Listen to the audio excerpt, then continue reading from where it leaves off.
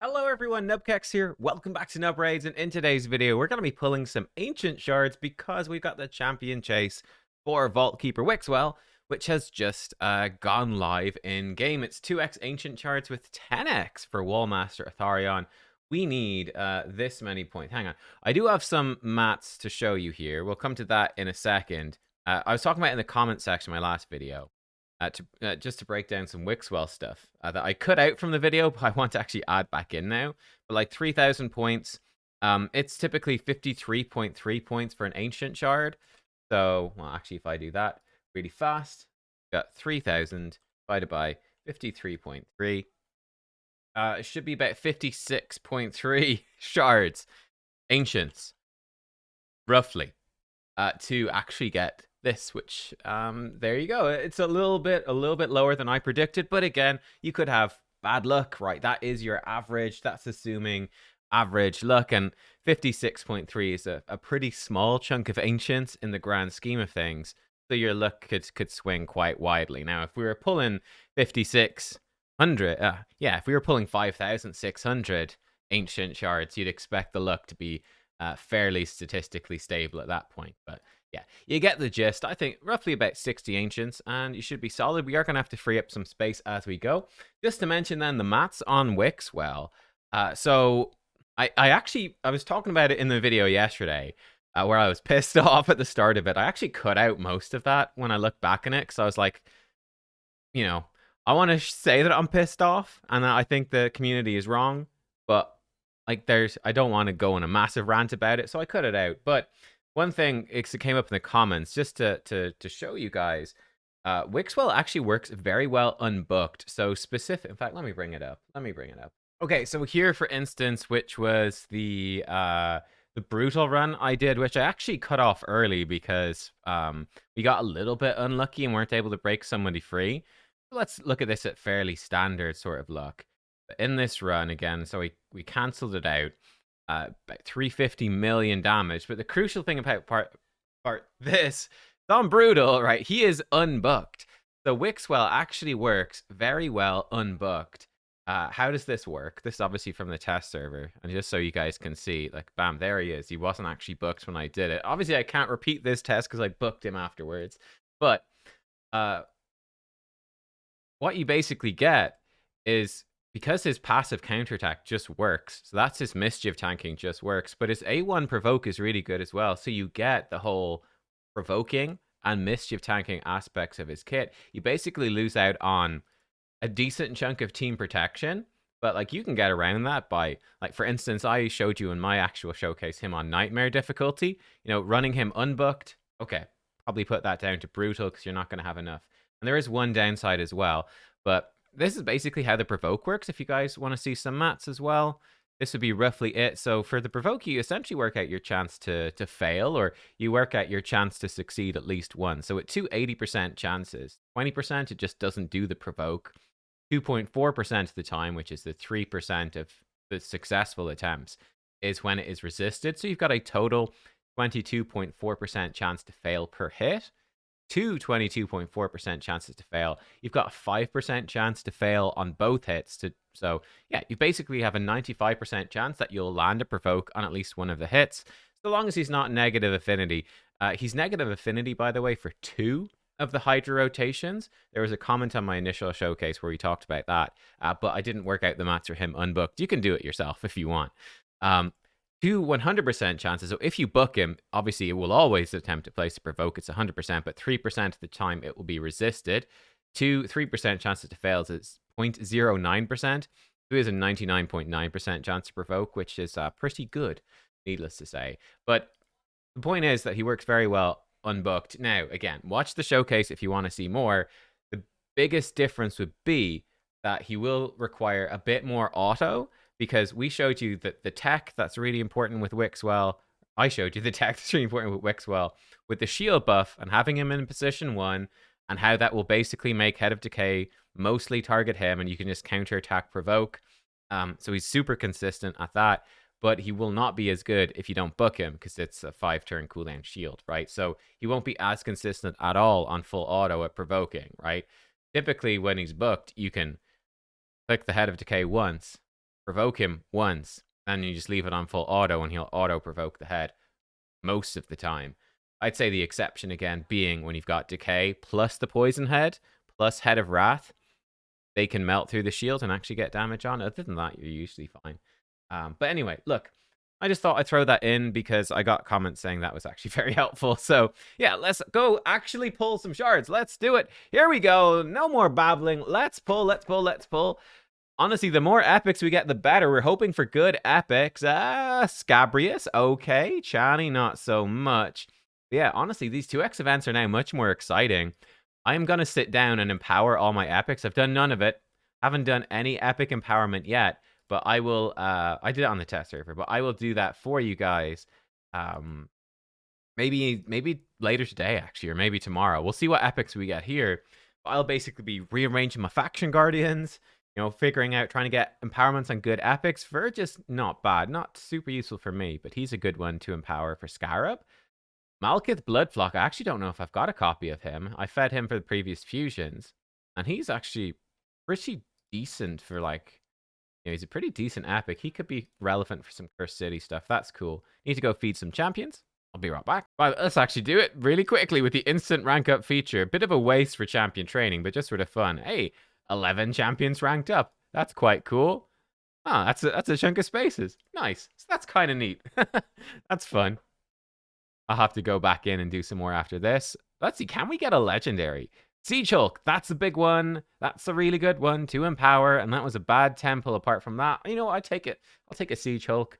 We're obviously looking for epics are going to be the bulk, of course, of our points. So we need good epic luck, he says, as we get rare after rare. Oh, it hurts.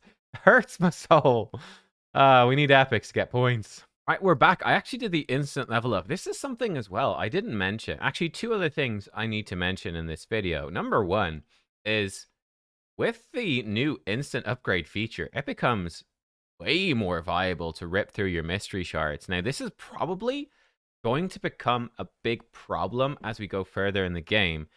Like, as this goes on for a while, I think we naturally have had a fairly decent mystery shard economy up until now, where you spend it, like, for me at least, speaking for me, I spend a lot of them during champion training, and then the stockpile builds back up.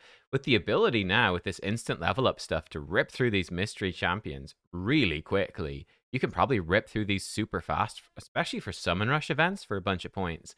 But then you might be stuck for some champion training. It's going to be an interesting thing. I actually think they should probably make mystery shards more common. And funny enough, we might want to actually start buying like 1 and 2 stars on the market. I don't know. Again, you're going to just rip through those so fast with instant upgrade. That's a problem to figure out in the future, for sure. And also, again, as we go into pull, I did see a lot of comments, and I didn't actually mention this, but you could absolutely go for the Summon Rush Epic for this fusion and skip things like Dungeon Divers. It's absolutely... Rearguard's not bad. She's okay to upgrade. She comes in for some... I've got a 6-star soul for her, so she's kind of cool to upgrade for me. You can totally do that. The risk, of course, with aiming to get the epic from the Summon Rush is you don't know for sure how expensive it will be. But then again, we are almost certain that Dungeon Divers will be very expensive. So if you have like a ton of, I'd say the best ones for Summon Rush are obviously Void and Sacred. If you've got loads of Void and Sacred shards, and especially if, you know, if it's a good Summon Rush event for you, it might be a good Summon Rush event for you as well. Like, it could be a good 15x, you're close to Mercy, whatever, you're going to go for it. And that can be super viable if you're, and especially if you're low on gems and energy. If you are good on gems and energy, well, then that's where you might want to switch it up and set, but you're bad on shards, that's where you go, okay, well, I'll do the Dungeon Divers instead, and I'll skip the Epic and the Summon Rush. I think for most people, actually, generally speaking, for more free-to-play low spend, I think that building up the shards is more valuable, but it really depends on where you are at with your account. Like, if you are super low on energy, you're super low on energy, and there's no way around it. And if you got lots of shards, you do. So figure out what's best for you. Typically, I trend towards preserving the shards, but we don't know for sure until we see the actual Summon Rush. That's the kicker. That's the kicker. How are we doing on this now? Have we got... I doubt we have enough. I feel like we've been pretty unlucky. Yeah, we're still a chunk short. I'm going to go for the Legendary book, by the way, because I've got... I mean, we started the video with like a few thousand, not a few thousand, 300 ancient shards. So I don't really mind ripping through them. Let me go level, free up some space, and I'll be right back. All right, we freed up 40 spaces by throwing everyone into our master vault. The ultimate strategy. Throw them all in the vault. I'll deal with it later. Hey, legendary. Oh, shit. Oh, let's go. Oh, my God. We actually did it. I actually pulled it. I think this is the second time, I think I did it with like a Draco morph before. The second time in like 3.5 years of getting a 10x champion. That's insane. Maybe the third time. Actually, I think I got Yumiko on the second attempt, which I didn't even intend before. Just pulling for an event. That's great though. Wallmaster Othorion, this guy is super good. This he will almost definitely make it into a Hydra team, let me tell you. So he self-buffs. He can mischief tank, I think, with his extra turn stuff. So that's interesting to experiment with. But he also comes in with AoE block buffs, decrease attack, and turn meter. And then he gets turn meter here as well. So he should be fast. He should do pretty darn good damage. Again, you really want, my understanding from chatting to Saf, right, about this and the multipliers. So his multiplier for any, in fact, let me bring this up. Let me show you guys how you would look at this. Let me see. So Royal Guard, Hell Hades. And let's get Wallmaster Othorion, Hell Hades. Yeah, okay, great. If I bring these both up on the Hell Hades website, here we go, slap them both in. So let's say a Royal Guard. Royal Guard has a 0.1 enemy max HP multiplier. Wallmaster Othorion has a 0.035. So in other words, as you can hopefully see fairly quickly, if you increase this by 3, that's how you get to Royal Guard. So Royal Guard's multiplier for enemy max HP is basically 3 times higher than Wallmaster Othorion. What does that actually mean? Explain that to me. What this means is, with Royal Guard, it is relatively easy to hit the enemy max HP cap on your skill, because this multiplier is really, really solid. So you don't need an insane amount of crit damage. You might get away with just decreased defense, not weaken, to actually max out your damage. With Wallmaster Othorion, his multiplier is way lower, which means it's much harder. In fact, it's actually extremely difficult to hit the enemy max HP cap for him on particularly Nightmare Hydra and particularly against the tanky head. So Head of Suffering, for instance. Very difficult to get him to max hit Head of Suffering. Like, I genuinely think to do it, he needs not only crazy high crit damage, I think he needs decreased defense weaken, max Great Hall ignore defense, and a 6-star crushing rend. Like, I think that his multipliers actually kind of struggle there. Obviously, now for the other Hydra heads, it's much easier. Like, Suffering's got tons of defense. Other Hydra heads, much easier to cap out. But, yeah, look, this move will do well, but you're almost definitely going to want to get decreased defense weaken into his team. You're gonna want to build him with good crit damage, which is what enemy max HP also scales off of. Ignore defense and crit damage. So he's going to want probably lethal, ideally merciless, I suppose, but like lethal and cruel, pretty nice. But you might struggle again with merciless or combining lethal cruel. He's gonna need accuracy as well, because block buffs decrease is really important. But you want him to have increased accuracy, but if he does this move, then he can start being a mischief target, which then has its own barrel of fun. So yeah, there's challenges to this guy, but I think he's going to be pretty insane. That's nuts. We actually got him. We actually got a 10x champion. That's great. I know he's been rumored for sure as a guaranteed champion. I don't need to worry about that anymore. I'm good. I've got him. If he is a guaranteed, I probably would get him as well. Probably. Wow, we're even after that, we still need more. I probably would get him as well. I think if he's guaranteed. Could potentially run 2 of them, maybe. Certainly possible. I don't have a Grazur and other top, and I don't have the top enemy max HP nukers, so it's a useful thing to have, especially if there's more Hydra difficulties. Oh yikes! Let's go again. I would do that, and if not, if I didn't need him, I could actually totally see myself empowering him. All right. Oh, this is us definitely done. Where were all these epics earlier? Okay, then a few rares to round it out. But Deacon, Anix, Hexia. Cool. Deacon would be the main one, certainly to empower right here. But there we go. I'm down to 250 Ancients. I got fairly somewhat unlucky overall. I think we have to pull more. I don't know, actually. I should have written down I feel like, did we pull 90 or something? I'm not sure. But we got the legendary book. We obviously got the rare champion. Got Wallmaster Othorion as well, which is pretty nice. We got 4,000 points, and we went 1,000 points over what you would need for the rare. We're first place right now. That's not going to last. Not gonna last. I mean, I could keep going with my ancients. That's an interesting idea. I won't do it right now. Not in this video. I'd have to think about it. But I could go, you know what? Screw the 1+1 legendary events and screw any guaranteed events and screw all of it. Let's just max this out.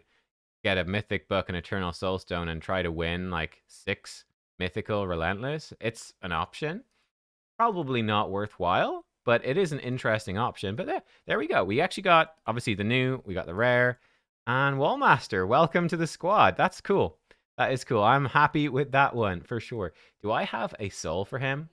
I don't know if I've got a soul for Wallmaster. So he's legendary. I do. I've got 1 star. Cool. I've got a 1-star soul for him. Bit of HP. Never goes astray. And scales up with his passive. Guys, I wish you the best of luck in your own pulls. That was it for me. And yeah, breaking down some other stuff. Hopefully you enjoyed like the mats and some of the things we chat about in this video. A little bit of a rambly one, as I like to do. I'll see you all next time. Goodbye.